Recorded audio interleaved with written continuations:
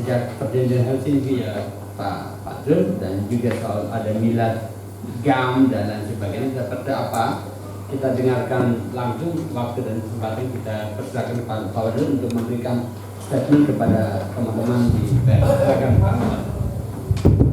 Baik, terima kasih. Bismillahirrahmanirrahim. Assalamualaikum warahmatullahi wabarakatuh. Saya ucapkan terima kasih buat teman-teman media, teman-teman wartawan, jurnalis dan sebagainya, baik itu media online, media cetak dan media elektronik yang sudah bersama DPD RI dalam mempublish informasi-informasi dan juga sudah hadir dalam ruangan ini. Saya ucapkan terima kasih.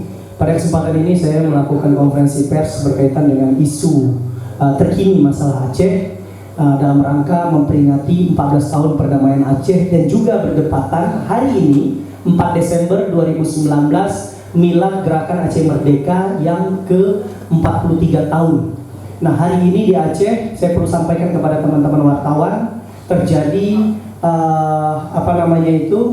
peringatan milad GAM yang berlangsung sangat hikmat, damai dan sangat luar biasa. Jadi kekhawatiran teman-teman di pusat ya yang mengatakan bahwa akan terjadi kerusuhan dengan adanya pengibaran bendera dan sebagainya, ini terbantahkan dengan peringatan yang dilakukan di seluruh Aceh.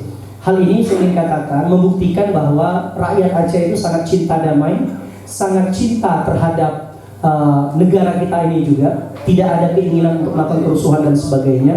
Bahkan dengan acara yang tersebar di 23 kabupaten kota dilaksanakan dengan melakukan doa bersama, zikir dan santunan terhadap anak yatim, serta di beberapa tempat dilakukan pengibaran bendera Aceh. Jadi tidak ada berbagai insiden, tidak ada berbagai kerusuhan.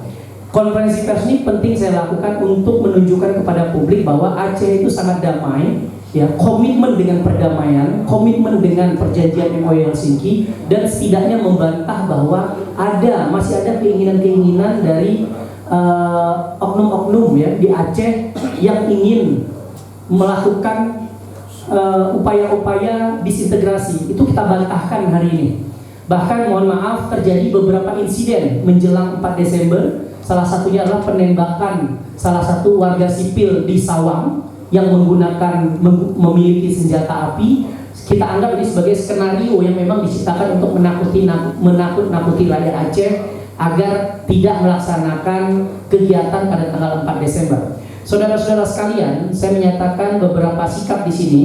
Di kertas rilis sudah saya bagikan ada 5 sikap. Yang pertama adalah peringatan 43 tahun milad Gerakan Aceh Merdeka tanggal 4 Desember 2019 dan usia perdamaian 14 tahun Aceh dengan tanda tanganinya perjanjian MOU Helsinki merupakan momentum bersejarah bagi rakyat Aceh, merupakan sejarah dan juga sebuah kearifan lokal yang harus kita hargai, menjadi bagian Aceh itu sebagai anak bangsa yang berada di dalam bingkai negara kesatuan Republik Indonesia.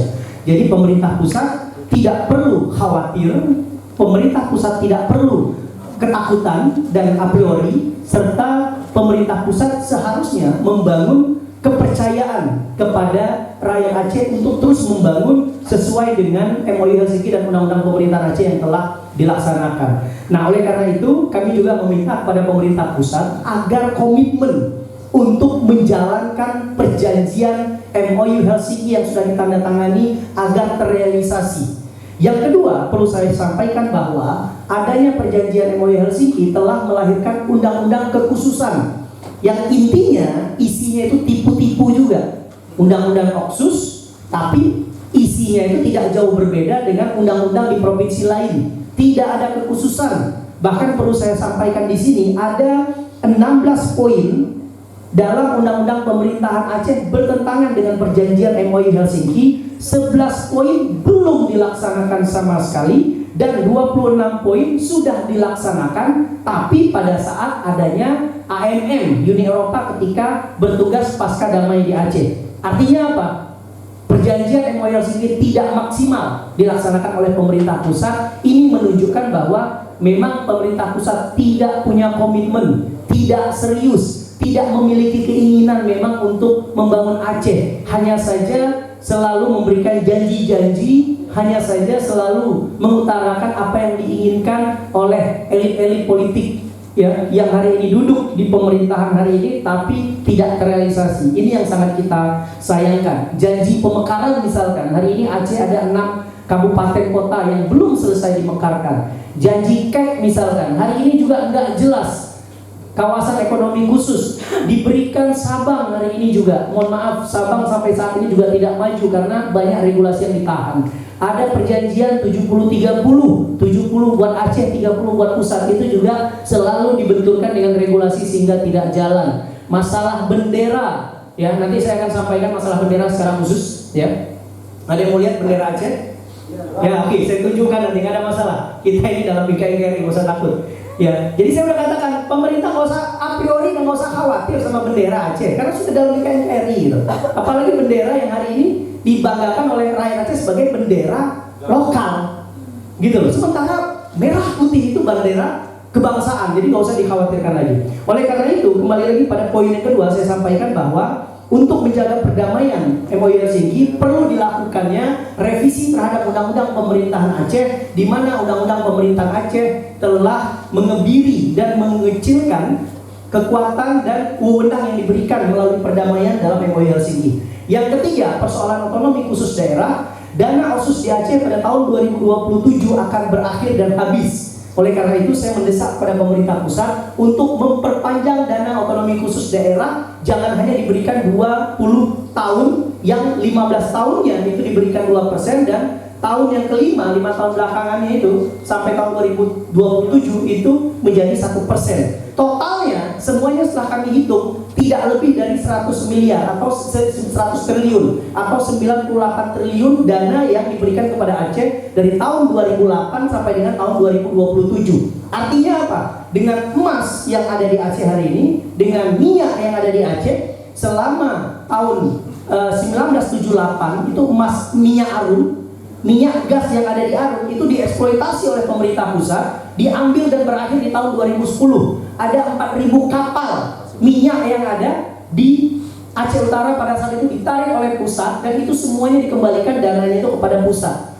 Artinya kalau ada 1 triliun minyak, ya 1 triliun per kapal itu bisa diangkut oleh pusat, total kurang lebih minimal 4.000 triliun Aceh telah menyumbangkan kepada Republik ini, tapi dikembalikan hanya 98 triliun yang notabene dicicil selama 20 tahun. Ini unfair, tidak adil. Ya, oleh karena itu kita mendesak dana otsus selamanya diberikan kepada Aceh. Yang ketiga, ini berkaitan dengan persoalan bendera. Kami sampaikan bahwa bendera Aceh itu yang hari ini berbentuk bulan bintang warna merah, ya. Ada yang lihat benderanya? Boleh?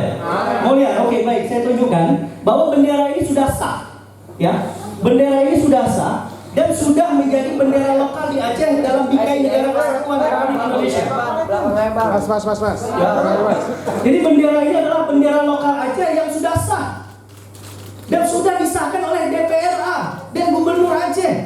Jadi pemerintah pusat tidak usah khawatir. Dan ini adalah bendera lokal kebanggaan dalam bingkai Negara Kesatuan Republik Indonesia. Dan yang menarik, saudara-saudara sekalian, bahwa saya sampaikan pemerintah pusat sudah memberikan sinyal lampu hijau untuk mendukung dan memberikan persetujuan terhadap bendera ini. Jadi bendera ini tidak usah dikhawatirkan lagi. Buat teman-teman mungkin ada yang kurang setuju, tapi saya ingin katakan bahwa bendera ini ada sinyal dari pemerintah pusat, ya. Oh iya, silakan. Jadi bendera ini sudah ada sinyal dari pemerintah pusat untuk menyetujui. Nah, kita dari senator, ya, dari anggota DPD maupun DPR RI sedang melakukan negosiasi agar segera disahkan, diresmikan menjadi bendera lokal. Tapi bendera merah putih tetap menjadi bendera kebanggaan, bendera kebangsaan, karena Aceh hari ini telah telah menjadi bagian dari Negara Kesatuan Republik Indonesia. Baik, saya pikir ini sebagai pengantar rilis dari saya. Mungkin teman-teman ada yang ingin bertanya, ya. Kita sudah melakukan pertemuan dengan mantan Wakil Presiden Pak Yusuf Kala dan juga melakukan pertemuan dengan beberapa kementerian-kementerian terkait, ya, berkaitan dengan masalah Aceh dan masalah regulasi bendera yang tidak selesai. Kita harapkan pemerintah hari ini untuk mempercepat menyetujui agar bendera lokal ya itu bisa disahkan. Gak usah khawatir, Tidore Ternate punya bendera lokal, Jogja punya bendera lokal. Nah, saya juga mengatakan kepada pemerintah pusat, di Papua ada bendera Papua yang katanya bendera bintang kejora. Itu juga nggak usah dikhawatirkan oleh pemerintah pusat. Berikan saja bendera bintang kejora itu sebagai bendera lokalnya rakyat Papua, nggak ada masalah. Kita sudah NKRI, Aceh, Papua, dan 34 provinsi sudah NKRI. Jadi nggak usah ketakutan lagi, kita tetap berada di dalam bendera Sangsaka Merah Putih, tapi bendera-bendera lokal itu menjadi bendera kebanggaan lokal. Jadi terima kasih dari saya. Mohon maaf dan barangkali ada teman-teman bertanya atau sudah cukup dengan rilis? Cukup ya. Terima kasih buat teman-teman sekalian. Sukses buat kita semua. Merdeka. Wabillahi taufiq wal hidayah. Wassalamualaikum warahmatullahi wabarakatuh.